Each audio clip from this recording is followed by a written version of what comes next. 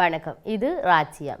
காசா நகர் மீது இஸ்ரேலிய படை குண்டுமலை, அதாவது ஹமாஸ் தலைவர் கெய்ரோவிற்கு விரைந்திருக்கின்றார். காசா நகரில் இஸ்ரேலின் தாக்குதல் தீவிரமடைந்திருக்கிறது. அல் ஜசீரா ஊடகவியலாளர்கள் 5 பலியாகி இருக்கின்றார்கள். சர்வதேச எதிர்ப்புகளுக்கு இடையே போரையும் விரிவுபடுத்த நெத்தன்யாகு உறுதி பூண்டிருக்கின்றார். சீனாவுக்கான பரஸ்பர வரி விதிப்பு மேலும் 90 நாட்களுக்கு இடைநிறுத்தம் செய்யப்பட்டிருக்கிறது. இது சார்ந்து அமெரிக்காவும் தன்னுடைய தலையீடுகளை இடுகின்றது. இவ்வாறு இருக்கின்ற பொழுது இவைகள் சார்ந்துதான் நாங்கள் ராஜ்யம் நிகழ்ச்சியினூடாக பார்க்க போகிறோம். காசா நகரின் கிழக்கு பகுதியில் இஸ்ரேலிய டாங்கிகள் மற்றும் போர் விமானங்கள் கடந்த செவ்வாய் இரவு தொடக்கம் கடும் தாக்குதல்களை நடத்திய நிலையில் காசாவில் உயிரிழப்பு எண்ணிக்கை தொடர்ந்தும் அதிகரித்து வருகின்றது. இந்த நிலையில் அமெரிக்க ஆதரவு போர் நிறுத்த திட்டத்தை புதுப்பிக்கும் வகையில் ஹமாஸ் தலைவர் ஹலீல் அல் ஹைலா மீண்டும் ஹெய்ரோ திரும்பி இருப்பதாக நெருங்கிய வட்டாரங்களை மேற்கோள் காட்டி செய்திகள் வெளியாகி உள்ளது.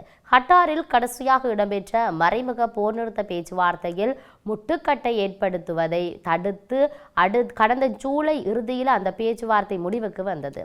அமெரிக்கா முன்வைத்த 60 நாள் போர் நிறுத்தத்துக்கான அந்த பேச்சுவார்த்தையில் முன்னேற்றம் ஏற்படாததுக்கு இஸ்ரேல் மற்றும் ஹமாஸ் தரப்புகள் பரஸ்பர குற்றம் சாட்டின. அதே தொடக்கம் காசாவை முழுமையாக கைப்பற்றும் புதிய படை நடவடிக்கை ஒன்றை இஸ்ரேல் அறிவித்திருக்கு. காசாவின் பெரும்பகுதியை இஸ்ரேல் கைப்பற்றி இருப்பதோடு பாலஸ்தீன போராளிகள் மீள ஒருங்கிணைந்து கொரில்லா பாணியில் தாக்குதல்களை நடாத்தி வருகின்றமை குறிப்பிடத்தக்கது.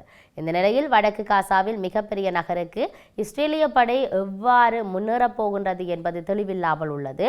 சுமார் கடந்த 2 ஆண்டு தாக்குதல்களில் இந்த நகர் தற்போது இடிபாடுகளுக்கு மாறி இருக்கின்றது. இஸ்ரேல் பிரதமர் பெஞ்சமின் நெத்தன்யாகு அறிவித்திருக்கின்ற காசாவில் இராணுவ நடவடிக்கையை விரிவுபடுத்தும் திட்டம் எதிர்வரும் அக்டோபரில் ஆரம்பிக்கப்படலாம் என்று எதிர்பார்க்கப்படுகிறது. இந்த திட்டத்துக்கு சர்வதேச அளவில் கடும் எதிர்ப்புகள் வெளியாகியுள்ளன. குறிப்பாக காசாவில் பேரழிவுகள் மற்றும் பட்டினி மரணங்கள் அவதானத்தை பெற்றிருக்கின்றது. இந்த திட்டம் தொடர்பில் இஸ்ரேல் இராணுவ தளபதியை எச்சரிக்கை விடுத்திருப்பதோடு இது காசாவில் எஞ்சியுள்ள பணைய கைதிகளின் உயிருக்கு ஆபத்தை ஏற்படுத்தும் என்றும் இஸ்ரேலிய படைகளுக்கான மரண பொறியாக இருக்கும் என்றும் அவர் குறிப்பிட்டிருக்கிறார்.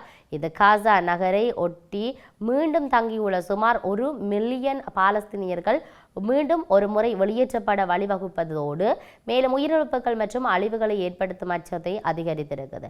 காசா நகரின் கிழக்கு பகுதியில் திங்கட்கிழமை இரவு தொடக்கம் இஸ்ரேலிய போர் விமானங்கள் கடுமையான தாக்குதல்களை நடத்தி வருவதாக அங்கிருப்பவர்கள் மற்றும் மருத்துவ வட்டாரங்கள் தெரிவித்திருந்தன. செய்தூன் புறநகர் பகுதியில் 2 வீடுகள் தாக்கப்பட்டதில் 7 பேர் கொல்லப்பட்டிருப்பதோடு நகர மையத்தில் தொடர் மாடி ஒன்றின் மீது நடத்தப்பட்ட தாக்குதலில் 4 பேர் பலியாகி இருக்கிறார்கள். தெற்கு காசாவிலும் இஸ்ரேலின் தாக்குதல்கள் தொடர்பதோடு ஹான் யூனிஸ் நகரில் உள்ள வீடு ஒன்றின் மீது நேற்று இடம்பெற்ற தாக்குதலில் தம்பதி மற்றும் அவரது குழந்தை உட்பட 5 கொல்லப்பட்டிருக்கின்றார்கள். அதே போன்று அருகாமையில் உள்ள கடற்கரை ஊர பகுதியான மவாசியில் கூடாரம் ஒன்றின் மீது நடத்தப்பட்ட அந்த தாக்குதலில் மேலும் 4 கொல்லப்பட்டிருப்பதாக மருத்துவ வட்டாரங்கள் சொல்லுகின்றன. கடந்த 24 மணி நேரத்தில் காசாவின் மீது இஸ்ரேல் நடத்திய தாக்குதலில் 89 பேர் பலியாகி இருப்பதோடு அவர்களை 31 பேர் உதவிக்கு காத்திருந்த நிலையில் இஸ்ரேலிய படை நடத்திய அந்த தாக்குதலில் பலியாகி இருப்பதாக காசா சுகாதார அமைச்சு தெரிவித்திருக்கிறது. தவிர இந்த காலப்பகுதியில் மேலும் 513 பேர் காயமடைந்திருப்பதாக அந்த அமைச்சு சொல்லுகிறது. முந்தைய தாக்குதல்களில் கொல்லப்பட்ட நிலையில் இடிபாடுகளிலிருந்து மேலும் 11 சடலங்கள் மீட்கப்பட்டதாகவும் அந்த அமைச்சு டெலிகிராமில் வெளியிட்ட அறிவிப்புல நேற்றைய தினம் தெரிவித்திருந்தது. 22 மாதங்களுக்கு மேல் நீடிக்கின்ற காசா போரில் கொல்லப்பட்டிருக்கும் பாலஸ்தீனியர்கள் எண்ணிக்கை 61,599 அதிகரித்திருப்பதோடு மேலும் 1,54,088 பேர் காயமடைந்திருக்கிறார்கள். குறிப்பாக ஐநா மற்றும் பிரதான தொண்டு அமைப்புகளுக்கு மாற்றாக இஸ்ரேல் மற்றும் அமெரிக்க ஆதரவில் கடந்த மே 27 ஆரம்பிக்கப்பட்ட காசா உதவி விநியோகத்தில் இந்த உதவிகளை பெறக்கூடும் மக்கள் மீது இஸ்ரேலிய படை அடிக்கடி தாக்குதல்களை நடத்தி வருவதோடு அவ்வாறான தாக்குதலில் கொல்லப்பட்ட பாலஸ்தீனியர்கள் எண்ணிக்கை தற்போது 1838 அதிகரித்திருப்பதோடு மேலும் 13,409 பேர் காயமடைந்திருப்பதாக காசா சுகாதார அமைப்பு சுட்டி காட்டியிருக்கிறது அந்த அமைச்சு. மறுபுறம் காசாவில் ஊட்டச்சத்து குறைபாட்டில் கடந்த 24 மணி நேரத்தில் 2 குழந்தைகள் உட்பட மேலும் 5 உயிரிழந்திருப்பதாக காசா சுகாதார அமைச்சு தெரிவித்திருக்குது. இந்த மரணங்களுடன் காசாவில் போர் ஆரம்பித்தது தொடக்கம் பட்டினியால் மரணித்தவர்கள் எண்ணிக்கை 227 அதிகரித்திருக்கு. இவர்களில் 103 பேர் சிறுவர்கள் ஆவர். இந்த நிலையில் ஹமாஸ் அமைப்பு பேச்சுவார்த்தை மேசைக்கு வருவதற்கு தயாராகி வருவதாக போர் நிறுத்த பேச்சுவார்த்தை தொடர்பில் அறிந்த பலஸ்தீன அதிகாரி ஒருவரை மேற்கோள் காட்டி ராய்ட்டர்ஸ் செய்தி நிறுவனம் சொல்லுகிறது. எவ்வாறாயினும் காசாவில் இருந்து இஸ்ரேலிய படை பாபஸ் பெறுவது மற்றும் பாபஸ் ஆயுதத்தை களைவதற்கான கோரிக்கை உட்பட இரு தரப்புக்கும் இடையிலான முரண்பாடு அதிகரித்துள்ளது.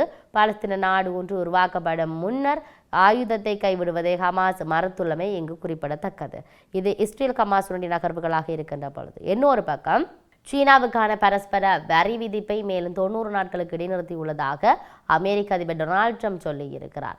இது தொடர்பில் தன்னுடைய ட்விட் சமூக வலைதளத்தில் பதிவிட்ட ட்ரம்ப் பரஸ்பர வரி விதிப்பை எதிர்வரும் நவம்பர் மாதம் 10ஆம் தேதி அதிகாலை வரை நிறுத்தி வைக்கும் ஒரு நிர்வாக உத்தரவில் ஒப்பமிட்டுள்ளதாக குறிப்பிடப்படுகிறது. அமெரிக்காவும் சீனாவும் வரிச்சலுகையை மேலும் 90 நாட்களுக்கு நீடித்துள்ளன.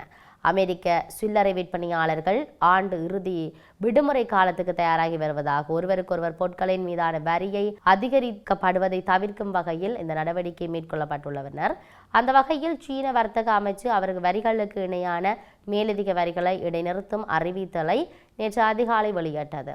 அத்தோடு கடந்த ஏப்ரலில் அமெரிக்க நிறுவனங்களை வர்த்தகம் மற்றும் முதலீட்டு கட்டுப்பாட்டு பட்டியலில் சேர்க்க மேற்கொண்ட முயற்சிகளையும் சீனா 90 நாட்களுக்கு ஒத்திவைத்துள்ளது. பொருளாதார உறவில் வர்த்தக பரஸ்பரம் இல்லாததால் ஏற்படும் தேசிய மற்றும் பொருளாதார பாதுகாப்பு கவலைகளை நிவர்த்தி செய்ய அமெரிக்காவுடன் தொடர்ந்து பேச்சுவார்த்தை இடம்பெற்று வருகிறது என்று குறிப்பிட்டிருக்குது. சீனாவுக்கும் அமெரிக்காவுக்கும் இடையிலான வரி போர் நிறுத்தம் நேற்று நள்ளிரவு காலாவதியாக இருந்தது. இந்த சூழலையே ட்ரம்ப் இந்த நீடிப்பை அறிவித்திருக்கிறார். இதன் ஊடாக சீன பொருட்கள் மீதான அமெரிக்க வரிகள் 145% வரை அதிகரிப்பதும் அமெரிக்க பொருட்களின் மீதான சீன வரிகள் 125% வரை உயர்த்துவதையும் அங்கு தவிர்க்கப்பட்டிருக்குது. தற்போது சீன இறக்குமதிகளுக்கு அமெரிக்காவில் 30% வரையும் அமெரிக்க இறக்குமதிகளுக்கு சீனாவில் 10% வரையும் நடைமுறையில் இருக்கிறது. ஆகவே உண்மையில் இஸ்ரேல் ஹமாஸுடைய போர் சார்ந்து பேச வேண்டிய தேவை இருக்கிறது. 2 ஆண்டுகளை தாண்டியும் தொடர்ச்சியாக இஸ்ரேல் ஹமாஸுடைய போர் அதிகரித்த வண்ணமே இருக்கிறது. நாளுக்கு நாள் ஆரம்பத்திலிருந்து பேச்சுவார்த்தைகள் இடம்பெற்றது. போர் தொடர்பிலான ஒரு இணக்கப்பாட்டுக்கு வருவதற்கான பல நகர்வுகள் இடம்பெற்றது. பல நாடுகள் மத்தியஸ்தம் வகித்திருந்தன. தற்பொழுதும் பேச்சுவார்த்தைகள் நடைபெறுகிறது. ஆனால் இவற்றுக்கெல்லாம் பயன் என்ன என்ற கேள்வி இருக்கிறது. போர் நிறுத்தம் 5 நாள் 3 நாட்கள் என்று பேசப்படும். ஆனால் அது நிரந்தர போர் நிறுத்தங்களாக மாறப்படுகிறதா இல்லை என்ற மிகப்பெரிய கேள்விகளுடன் நகர்வுகள் நகர்கின்ற பொழுது, குறிப்பாக சொல்ல போனால் இந்த இஸ்ரேல் ஹமாஸினுடைய போர், இஸ்ரேல் பாலஸ்தீனத்தினுடைய போரினால அதிகளவிலான பட்டினி சாவுகள் என்பது அதிகரிப்பாக காணப்படுகிறது. அதிகளவிலான உயிரிழப்புகள் பசி பட்டினியால் நடக்கின்றது என்கின்ற ஒரு நிலைப்பாடு இருக்கின்ற பொழுது, சர்வதேசம் தன்னுடைய கவனத்தையும் முற்றுநோக்கல்களையும் சமாதான பேச்சுக்களையும் சற்று தீவிரப்படுத்தி இருக்கின்றது. சர்வதேசம் ஏதாவது ஒரு விடயத்தை கையில் எடுக்கும், இதற்கான ஒரு தீர்வினை தரும் என்று பல வகையிலான நகர்வுகளோடு மக்கள் காத்திருக்கின்றார்கள். இருப்பினும் அங்கு இருக்கக்கூடிய இரு நாட்டு தலைவர்களும் அவர்கள் தங்களுடைய உறுதிமொழிகளில் உறுதியாக இருப்பதைத்தான் நாங்கள் அவதானிக்கக்கூடியதாக இருக்கிறது. இப்பொழுது இஸ்ரேல் பாலஸ்தீனத்திலிருந்து அதிகளவிலான மக்கள் வெளியேறி இருந்தாலும் அதிகளவிலான மக்கள் அந்த நாட்டிலேயே இன்னும் பசிப்பட்டினியால் தங்களுடைய குழந்தைகள் தங்களுடைய கண்ணுக்கு முன்னால இறக்கின்ற தருணத்தை கூட பார்க்கக்கூடிய ஒரு சூழல் ஏற்பட்டிருக்கின்றது. இந்த சூழலை பார்க்கின்ற பொழுது அதிகமானவர்களாக சொல்கிறார்கள், தாயக பகுதியில் ஸ்ரீலங்காவில் யுத்தம் இடம்பெறுகின்ற பொழுது இவற்றையெல்லாம் அனுபவித்திருந்தோம், தற்பொழுது இங்கு இந்த நிலைமை ஏற்பட்டிருக்கிறது என்கின்ற நிலைப்பாட்டோடு அதிகளவிலான கருத்து பகிர்வுகள் வந்து கொண்டிருந்தன. ஆகவே இஸ்ரேல் ஹமாஸ் போரை பொறுத்தவரையில் டொனால்ட் ட்ரம்பினுடைய தலையீடு என்பது அதிகமாக இருக்கிறது என்று சொல்லக்கூடியதாக இருக்கிறது. டொனால்ட் ட்ரம்ப் ஜனாதிபதியாக வருவதற்காக பிரச்சாரங்களை செய்கின்ற பொழுது, நான் ஜனாதிபதியாக இருந்திருந்தால் இந்த இஸ்ரேல் பாலஸ்தீனத்தினுடைய போரை வெகு விரைவில் கட்டுப்பாட்டுக்குள் கொண்டு வந்திருப்பேன், இந்த தூரத்துக்கு கொண்டு செல்ல விட்டெடுக்க மாட்டேன், உக்ரைன் ரஷ்யாவினுடைய போரை நான் முற்றாக இல்லாமல் செய்திருப்பேன், இந்த போர் இடம்பெற்றிருக்காது, 3ஆம் யுத்தம் என்பது உருவாகி இருக்காது என்று பல வகையிலான பிரச்சாரத்தின் போது வாக்குறுதிகளை வழங்கியிருந்தார். ஆனால் இன்று ஜனாதிபதி டொனால்ட் ட்ரம்பினால் என்ன செய்ய முடிந்ததுங்கிற கேள்விகள் இருக்கின்றது. ஆகவே பொறுத்திருந்து பார்ப்போம் இதனுடைய நகர்வுகள் எப்படி நகரப்போகின்றது என்பதை மற்றும் ஒரு ராஜ்யத்தினூடாக சந்திப்போம். வணக்கம்.